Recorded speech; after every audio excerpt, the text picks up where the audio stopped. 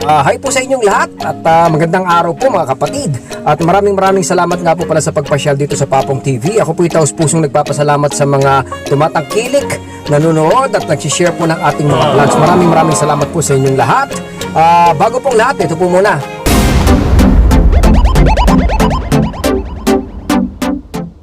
Bago pong lahat, kung first time nyo po sa ating channel, huwag nyo pong kalimutan mag-subscribe, mag-like, i-hit nyo na rin po yung notification bell para po updated po kayo sa mga darating pa po nating relationship vlogs. Napakarami po at ang sarap pong tumulong, sarap pong tumulong.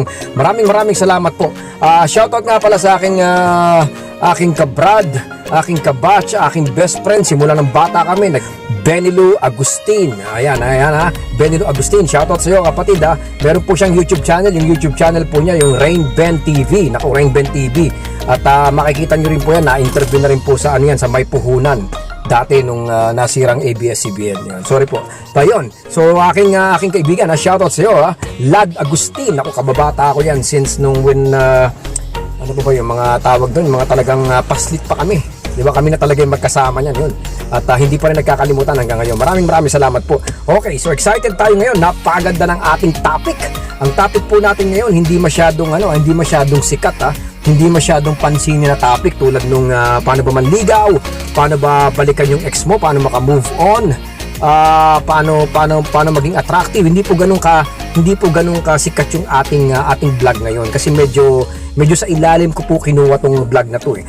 Ang vlog po natin ngayon, kung gusto niyo pong matutunan kung paano niyo po mapapaibig yung isang girl, yung isang guy, paano niyo po mapapaisip yung ex-girlfriend niyo for example or yung ex-boyfriend niyo, kung paano po niya kayo mamahalin ulit, kung paano po babalik yung ningning, yung tawag dito, yung charisma nyo, yung kilig niya sa inyo, kung paano po babalik yun. Tambay, stick around, manood po muna kayo para matutunan nyo po. Ituturo ko po sa vlog na to, may mapupulot po kayo yun. So maraming salamat po ha. Okay, so ang goal po natin dito, ang goal po natin sa vlog na to is makuha po natin or mapaibig po natin yung ating ex, ating crush, yung ma-realize po niya na kaya nyo rin magkaroon ng fun, kaya nyo magkaroon ng buhay, kaya nyo magkaroon ng great life kahit po wala siya. Bakit po ganun? Kasi po gusto po nating ma-realize kung mahal ka pa niya. So in order para malaman lang po natin yun, kailangan ipakita natin yun through social media, Instagram, Facebook. Ngayon po magiging specific po tayo, Facebook po. Dito po natin ituturo kung paano po natin siya mapapaibig. Okay? So, provided po na nagkahiwalay kayo ng iyong ex, nagkahiwalay kayo ng iyong ex-girlfriend. So, kailangan po tulad po ng itinuturo natin, no contact rule. No contact rule napaka-importante po niyang no contact rule. Wala siyang dapat malaman sa inyo, wala po siyang dapat mabalitaan na pangit, lalong-lalo na wala po siyang dapat mabalitaan na pangit, na desperate, apektado po kayo sa nangyari. Reminder nga pala mga utol, sa Facebook medyo mag-iingat po kayo ng konti alam niyo na po to, pero reminder lang po kung papong meron po dung story, di ba, sa taas pagka nag-check po kayo.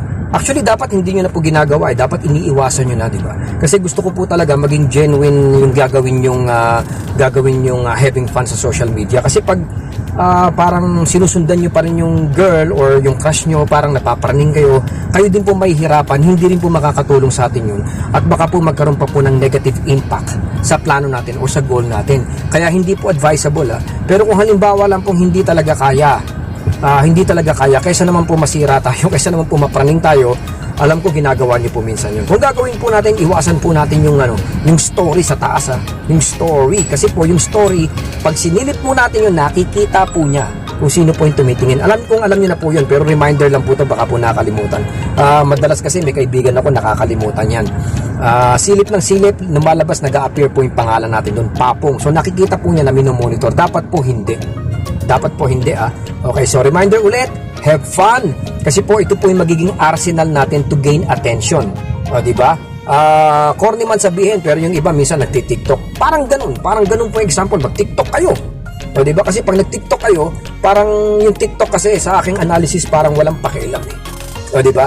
Hindi affected, walang sariling emosyon, walang problema, parang ganun. So dapat po ganun yung magiging perfect scenario mo, TikTok. Pero hindi ko naman sinabing mag-TikTok. Ano lang po yun?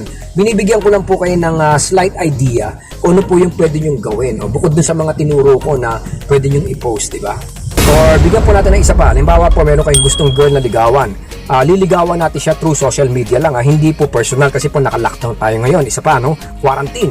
Okay. So ngayon, para maligawan po natin siya, kailangan po natin ng charisma dun or ng energy fun dun sa ating social media account, di ba? Yun po yung ating gagawin. Ang tawag ko po dito ay no pain, no gain. Medyo techno siya ng content. No pain, no gain, di ba? Unang-una po natin gagawin, number 1, update po natin yung ating profile.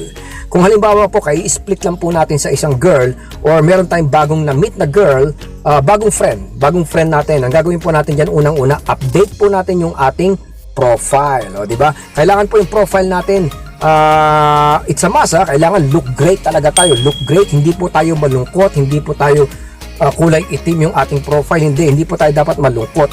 Dapat po punong-puno tayo ng energy, masayang-masaya po tayo. Nag-enjoy po tayo dun sa profile na yon, di ba? Yun po yung isa. Isa pa, don't be obvious, Don't be obvious pag nagpo-post po tayo dito kasi minsan po tinatarget natin na okay, magpo-post ako about magpapatama ako para mag-gets niya. No. Ang purpose po natin dito, enjoy niyo lang po yung social media na gagawin niyo, posting na gagawin niyo. Ang targetin niyo po hindi po yung babae. Although siya po talaga yung gusto nating makakita, pero dapat po ang target po natin dito yung everybody, everyone.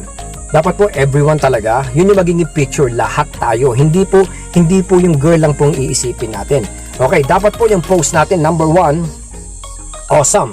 Dapat talagang yung talagang having fun ka, desirable ka. Yun po yung importante. Dapat po desirable ka, rockstar ka. Mag-post ka pa po doon yung before and after.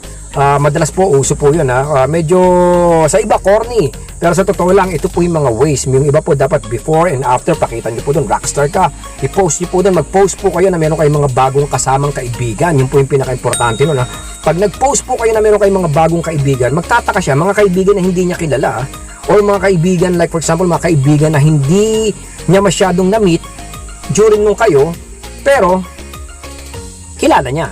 O, di ba? Yun, pakita nyo po yun. Kasi by knowing na meron ka mga bagong kaibigan, meron ka mga bagong gimmick, at nakikita nilang nag-i-enjoy ka ron, masyado silang maapektuhan doon, masyado silang madadala, masyado silang magtatanong why? O, di ba? Why?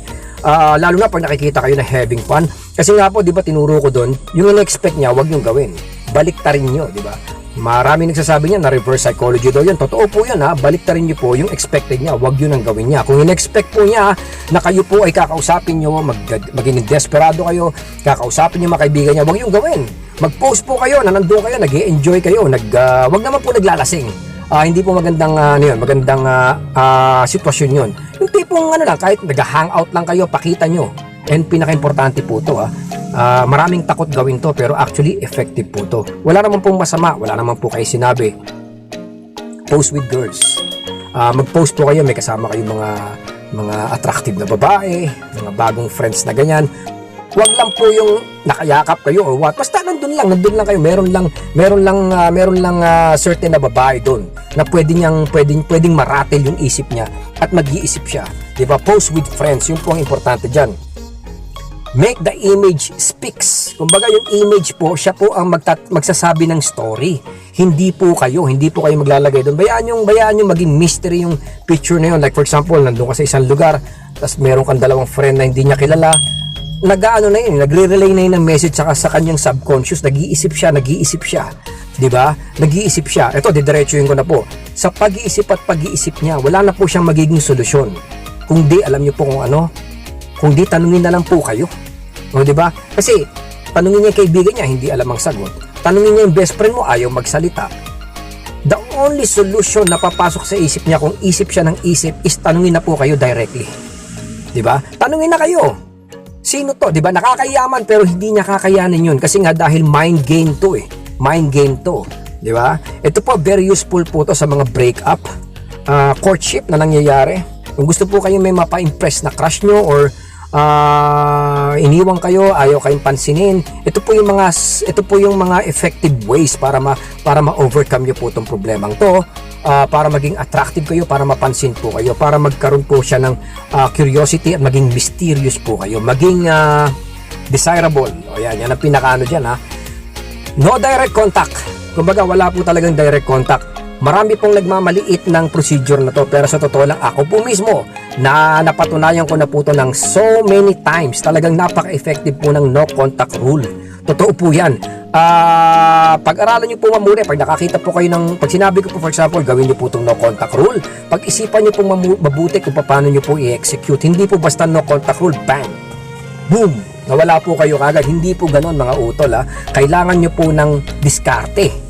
O diskarte, isa na nga po itong tinuturo ko, itong no pain no gain techno sa social media, kasi dito po kayo magiging desirable. Dito po kayo makakapagsalita nang hindi kayo dumidiretso sa kanya.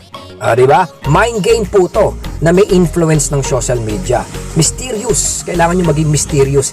At ang tanging mangyayari lang po sa kanya dyan is magtanong. At pag nagtanong po siya, kaya nyo na pong i-facilitate yun. Nasa inyo na po yung favor, di ba? Nasa inyo na po yung favor. Tsaka ang mangyayari po dyan, yun na lang po yung solusyon na gagawin niya, at kayang-kaya nyo na pong gawa ng paraan kung paano po kayo mag-uusap, kung paano nyo po siya iiwasan pa ng konti, kung paano po kayo magiging attractive, at paano po kayo hahanapin uli. O, di ba? So, yun nga. Maraming salamat po, at sana po magustuhan nyo yung ating topic ngayon. Medyo malalim siya, pero kung maiintindihan yung mabuti mga utol, mauunawaan yung mabuti kung ano po yung ibig ko sabihin. Kasi kung i-explain po natin yan, napakaganda ng personal, no? Kontakin nyo po ako kung kailangan nyo po ng tulong, ha. Lagi ko po kayong tutulungan at hindi ko kayo pababayaan. Pero dito po, nagbigay po ako ng konting ano lang po, diskarte, para maintindihan lang po natin kung ano po yung projection na dapat natin gawin sa isang girl or isang crush nga natin. Di ba? O yun, wag po natin kalimutan mag-subscribe, mga kapatid, ha. Share po natin para po makarating naman po dun sa mga kaibigan natin dyan na gustong tulungan. Maraming salamat po, at syempre po, saludo po ako sa inyong lahat. Ingat po kayo dyan, be safe mga kapatid, ha. Alam nyo naman po yung pandemic ngayon, grabe na talaga. 10,000 na po tayo. At syempre, kailangan pa rin po nating lumaban sama-sama bilang Pilipino. Maraming salamat po mga utol. Thank you po sa inyong lahat.